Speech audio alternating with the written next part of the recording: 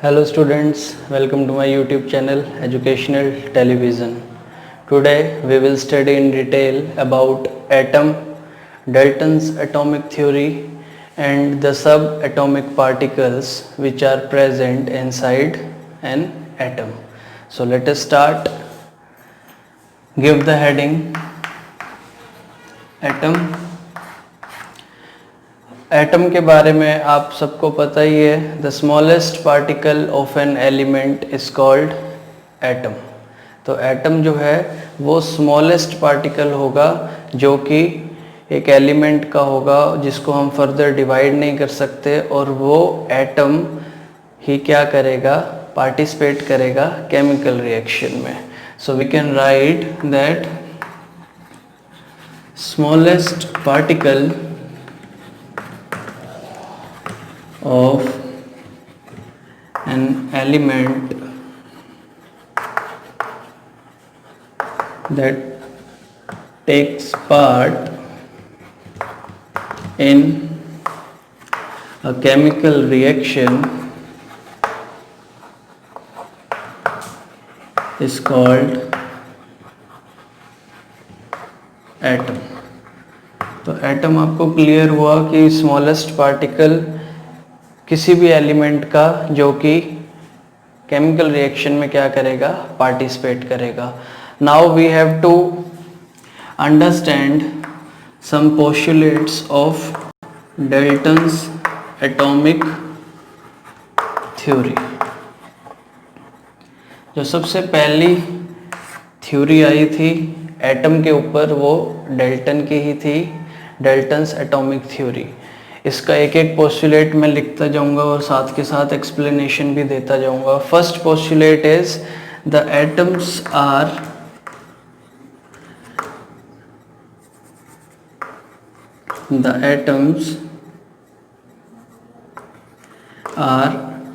indivisible.